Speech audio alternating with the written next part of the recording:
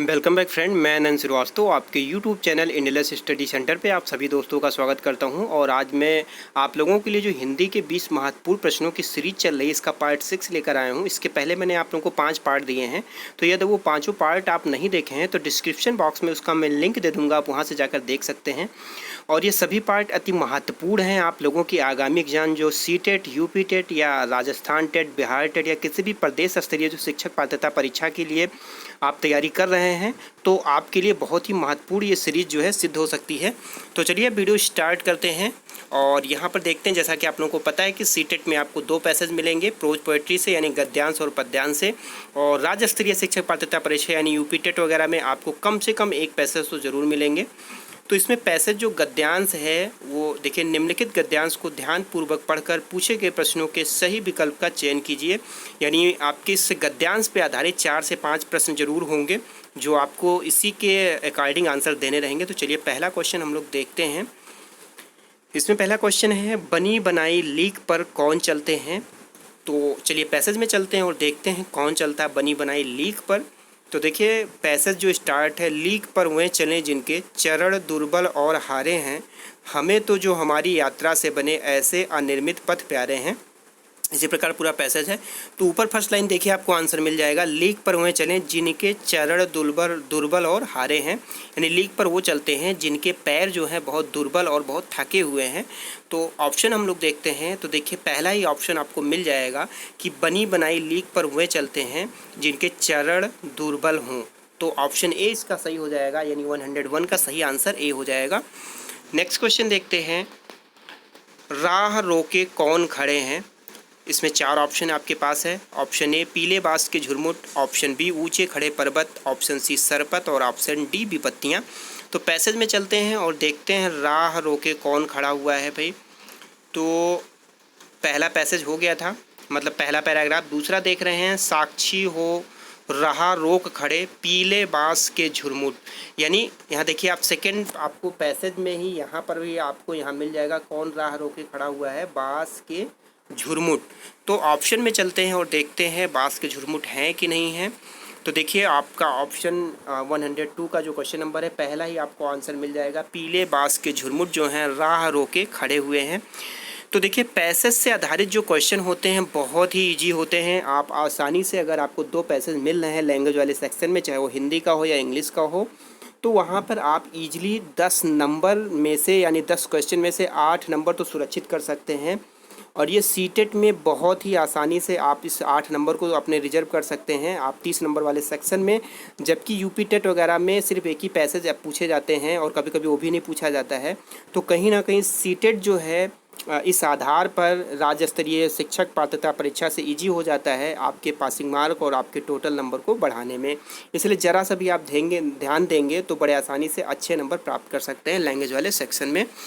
Next question देखते हैं, कविता के सपने किससे लिपटे हैं। ऑप्शन ए आम के वृक्षों से, ऑप्शन बी बादलों से, ऑप्शन सी बहने वाली हवा से और ऑप्शन डी पर्वतों से।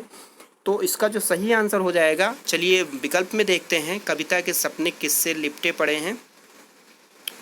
तो पीले बांस के झुरमुट तक हो गया था। अब आगे हम लोग देखेंगे कि उनमें गा रही जो हवा, उसी से लिपटे हुए सपने हमारे शेष जो भी हैं। तो देखिए उनसे गा रही जो हवा, उसी से लिपटे हुए सपने हमारे हैं, यानी हवा से संबंधित कहीं ना कहीं बात कही गई हुई है। तो 103 का जो सही आंसर हो जाएगा आपका, वो सी सही हो जाएगा। यानी कविता के सपने जो हैं बहने वाली हवा से संबंधित हैं और इसका सही आंसर सी सही हो जाएगा। नेक्स्ट क्वेश्चन देखते हैं, वक्ष खोले कौन डोलता है। यानी वक्ष खोले कौन डोलता है। ऑप्शन ए अमराई, ऑप्शन बी जगराई, ऑप्शन सी बगराई और ऑप्शन डी सरपताई। तो देखिए वक्ष खोले कौन डोलता है। चलिए हम लोग पैसेज में चलते हैं और हम यहाँ देख सकते हैं पैसेज में आपको वक्ष खोले डोलती अमराइयाँ, यानी वक्ष जो खोले कौन डोल रहा है, अमराइयाँ डोल रही हैं। हम लोग अपने ऑप्शन में आएंगे और देखेंगे अमराइयाँ विकल्प है कि नहीं है। तो देखिए 104 में ए ही ऑप्शन आपका अमराई से संबंधित है, इसलिए इसका आंसर जो सही हो जाएगा ए सही हो जाएगा। नेक्स्ट क्वेश्चन देखते हैं और ये पैसेज का लास्ट क्वेश्चन होगा, यानी पैसेज पर आधारित जो प्रश्न थे उसका अंतिम प्रश्न होगा। ताड़ के वृक्ष कैसे लगते हैं। 4 ऑप्शन हैं आपके पास और इन चारों ऑप्शनों में से अगर हम ऑप्शन पढ़ेंगे तभी आप पैसेज में उस लाइन को जो है क्लिक कर पाएंगे। ऑप्शन ए है आकाश को थामे खड़े हैं, ऑप्शन बी है बादल सर पर रखा हो, ऑप्शन सी है हवा के साथ उड़ रहे हो और ऑप्शन डी ज़मीन पर झुका हुआ हो। तो इसका जो सही आंसर होगा 105 का जो है, चलिए देखते हैं ताड़ के वृक्ष कैसे लगते हैं। आप जब पैसेज में आएंगे तो देखिए यहाँ पर आपको इस लाइन में मिल जाएगा, गर्व से आकाश थामे खड़े हैं ताड़ के ये पेड़, यानी ताड़ के जो पेड़ हैं वो गर्व से आकाश थामे खड़े हुए हैं।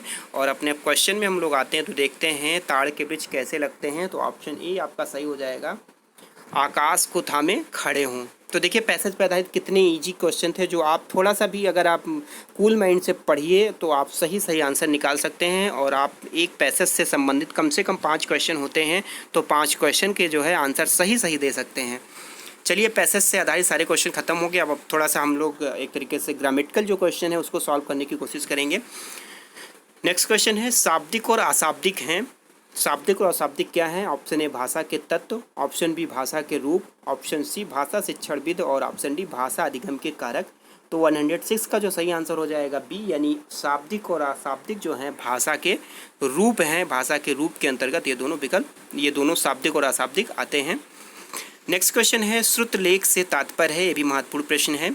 ऑप्शन ए जो लिखा है वैसे लिखना, ऑप्शन बी हूबहू नकल करने का प्रयास करना, और ऑप्शन सी सुनकर लिखना, और ऑप्शन डी उपयुक्त में से कोई नहीं। तो देखिए श्रुत लेख का मतलब होता है, श्रुत का मतलब होता है सुनना और लेख का मतलब होता है लिखना, यानी सुनकर लिखी गई चीज़ जो है वो श्रुत लेख कहलाती है। इसका ऑप्शन जो सी सही हो जाएगा।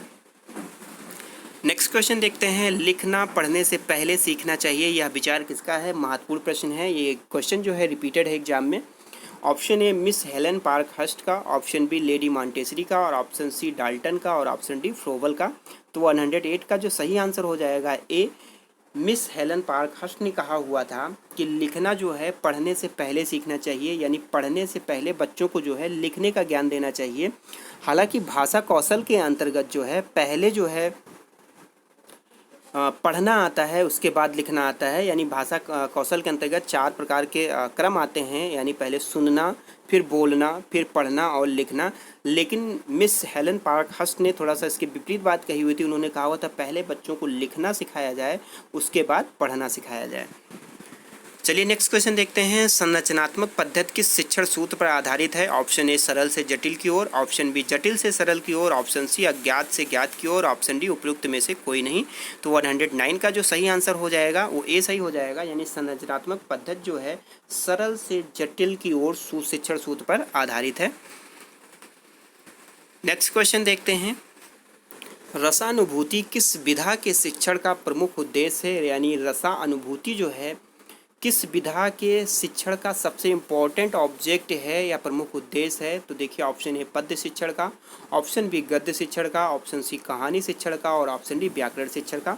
तो 110 का जो सही आंसर हो जाएगा ए, यानी पद्य शिक्षण का जो है रसानुभूति जो है सबसे प्रमुख उद्देश्य है। और पद्य शिक्षण होता क्या है, जो आपके कविता टाइप जो होते हैं या जो पोएम जो होते हैं उन्हें जो है पद्य शिक्षण के अंतर्गत माना जाता है।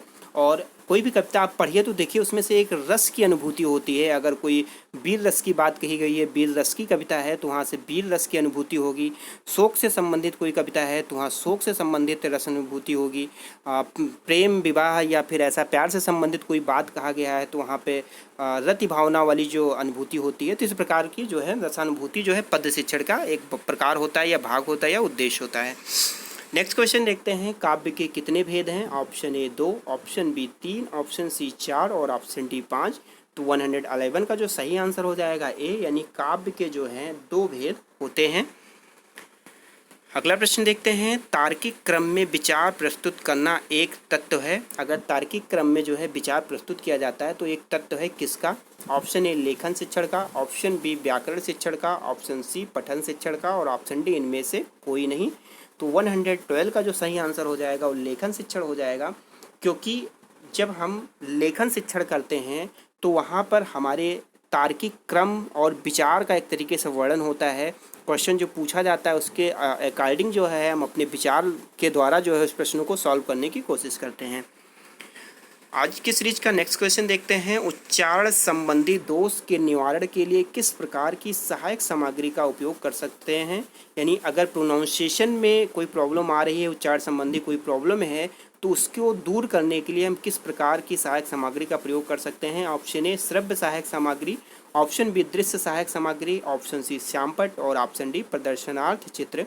तो 113 का जो सही आंसर हो जाएगा वो ये हो जाएगा, यानी श्रव्य सहायक सामग्री द्वारा हम उच्चारण संबंधी दोष के निवारण को दूर कर सकते हैं। देखिए, उच्चारण संबंधी दोष तभी होते हैं जब बच्चे सही प्रकार से कोई चीज़ सुन नहीं पाते हैं। तो अगर उनके श्रव्य सहायक सामग्री से संबंधित कोई उपकरण उन्हें प्रोवाइड किया जाता है या उन्हें उस उचित प्रकार का वातावरण दिया जाता है, तो उनके उच्चारण संबंधी दोष को बहुत ही अधिक स्तर तक दूर किया जा सकता है। नेक्स्ट क्वेश्चन देखते हैं। चित्र पुस्तिका है, यानी जिस पुस्तिका में चित्र बने हों तो वो किस प्रकार के शिक्षण साधन के अंतर्गत आएगा। ऑप्शन ए दृश्य साधन, ऑप्शन बी श्रव्य साधन, ऑप्शन सी दृश्य श्रव्य साधन और ऑप्शन डी उपयुक्त में से कोई नहीं।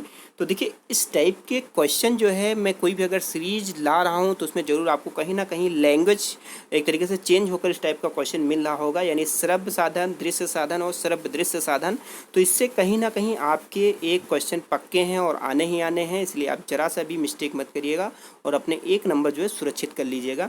तो यहाँ पर चित्र पुस्तिका, यानी अगर किसी पुस्तिका में चित्र बने हैं तो किस शिक्षण साधन के अंतर्गत आएंगे। सिर्फ चित्र हमें दिखाई पड़ता है, सुनाई नहीं पड़ता है, ना वो चलता है किसी प्रकार का, तो दृश्य साधन के अंतर्गत आ जाएगा। इसका ऑप्शन जो रहेगा ए सही हो जाएगा। नेक्स्ट क्वेश्चन देखते हैं। निम्न में से कौन सा पाठ्य पुस्तक का बाह्य गुण नहीं है, यानी जो टेक्स्ट बुक होता है उसका कौन सा एक्सटर्नल क्वालिटी नहीं है। ऑप्शन ए जिल्द तथा मूल्य, ऑप्शन बी उपयोगी चित्र, ऑप्शन सी आवरण कागज और ऑप्शन डी रोचकता। तो देखिए, जिल्द तथा मूल्य यानी जो उसके ऊपर वाइंडिंग वगैरह की जाती है वो बाहरी उसका गुण है, उपयोगी चित्र भी उसके बाहरी गुण हैं और आवरण कागज यानी ऊपर का जो फ्रंट पेज वगैरह होता है वो भी उसका बाह्य गुण है। लेकिन रोचकता जो है उसका आंतरिक गुण है, यानी उसके अंतर्गत जब हम लैंग्वेज को पढ़ेंगे तो हमें कितनी रोचक लग रही है तो उसके आंतरिक गुण के अंतर्गत आ जाएगा। और क्वेश्चन पूछा था कौन सा बाह्य गुण नहीं है, तो रोचकता जो है आंतरिक गुण है, बाह्य गुण नहीं है, इसलिए ऑप्शन डी सही हो जाएगा। नेक्स्ट क्वेश्चन देखते हैं। बच्चों का शब्द भंडार कितने प्रकार का होता है। Option A 2, option B 3, option C 4 और ऑप्शन डी 5। तो 116 का जो सही आंसर हो जाएगा वो बी हो जाएगा, यानी बच्चों का शब्द भंडार जो होता है वो 3 प्रकार का होता है। नेक्स्ट क्वेश्चन देखते हैं। मूल्यांकन की सबसे अधिक प्रचलित प्रविधि कौन सी है। ऑप्शन ए अवलोकन, ऑप्शन बी साक्षात्कार, ऑप्शन सी अभिलेख और ऑप्शन डी परीक्षा अथवा परीक्षण। तो 117 का जो सही आंसर हो जाएगा वो डी हो जाएगा। मूल्यांकन की सबसे अधिक प्रचलित प्रविधि जो है परीक्षा अथवा परीक्षण होती है, ऑप्शन डी सही हो जाएगा। नेक्स्ट क्वेश्चन और मोस्ट इम्पॉर्टेंट क्वेश्चन है। ब्लूम ने मूल्यांकन प्रक्रिया को किस रूप में माना है। आपने ब्लूम महोदय का नाम सुना होगा, ये बहुत ही एक तरीके से चर्चित हैं और इन्होंने जो मूल्यांकन प्रक्रिया दी हुई थी उसको किस रूप में माना हुआ था। ऑप्शन ए द्विविमीय यानी 2D, टू डायमेंशियल, ऑप्शन बी एकल यानी एक, ऑप्शन सी त्रिभुजाकार और ऑप्शन डी चतुर्भुजाकार।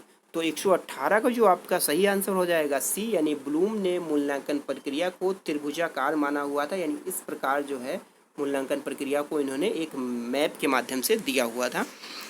नेक्स्ट क्वेश्चन देखते हैं 119। क्रियात्मक अनुसंधान का प्रथम पद होता है, यानी जो क्रियात्मक अनुसंधान करते हैं उसका प्रथम पद क्या होता है, ये भी महत्वपूर्ण प्रश्न है। ऑप्शन ए योजना चयन, ऑप्शन बी समस्या चयन, ऑप्शन बी उपकल्पनाओं का परीक्षण और ऑप्शन डी क्रियाओं और उपकल्पनाओं का निर्माण। तो देखिए, क्रियात्मक अनुसंधान में सबसे पहला जो स्टेप होता है उस समस्या का चयन होता है, यानी ऑप्शन बी सही हो जाएगा। यानी अगर किसी चीज़ पे हम जो अनुसंधान करने जा रहे हैं तो उसकी समस्या क्या है, पहले हम समस्या को निकालेंगे और उसके बाद उस पर जो है हम अनुसंधान करेंगे, इसलिए ऑप्शन इसका जो सही हो जाएगा बी सही हो जाएगा। और आज के सीरीज का लास्ट क्वेश्चन देखते हैं। लेखन मापनी स्वतः ही एक है, यानी लेखन मापनी जो होती है वो क्या है अपने आप में। ऑप्शन ए मूल्यांकन पद्धति है, ऑप्शन बी शिक्षण पद्धति है, ऑप्शन सी क्रियात्मक अनुसंधान पद्धति है और ऑप्शन डी इनमें से कोई नहीं। तो 120 का जो सही आंसर हो जाएगा वो ए हो जाएगा, यानी लेखन मापनी स्वतः एक मूल्यांकन पद्धति है, इसका ऑप्शन ए सही हो जाएगा। इस प्रकार के आपके 20 मोस्ट इंपॉर्टेंट क्वेश्चन पार्ट 5 के जो है वो कंप्लीट हुए और आई होप आपको ये सीरीज काफ़ी अच्छी लगी होगी। तो आप अगर वीडियो अच्छा लगता है तो प्लीज़ वीडियो को लाइक ज़रूर करिएगा और इससे संबंधित व्हाट्सएप और एफबी ग्रुप में ज़रूर शेयर करिएगा। और यदि आप मेरे चैनल पे नए हैं तो प्लीज़ चैनल को सब्सक्राइब कर लीजिए, साथ ही साथ बेल आइकन को भी प्रेस कर दिए, जिससे जो भी कोई मैं वीडियो अपलोड करूँ उसका नोटिफिकेशन आपको मिल जाए और आप सही समय पर उस वीडियो को देख सकें। और आपके लिए कहीं ना कहीं ये वीडियो ज़रूर लाभकारी सिद्ध हो सकता है, इसलिए प्लीज़ वीडियो को सब्सक्राइब ज़रूर करिएगा।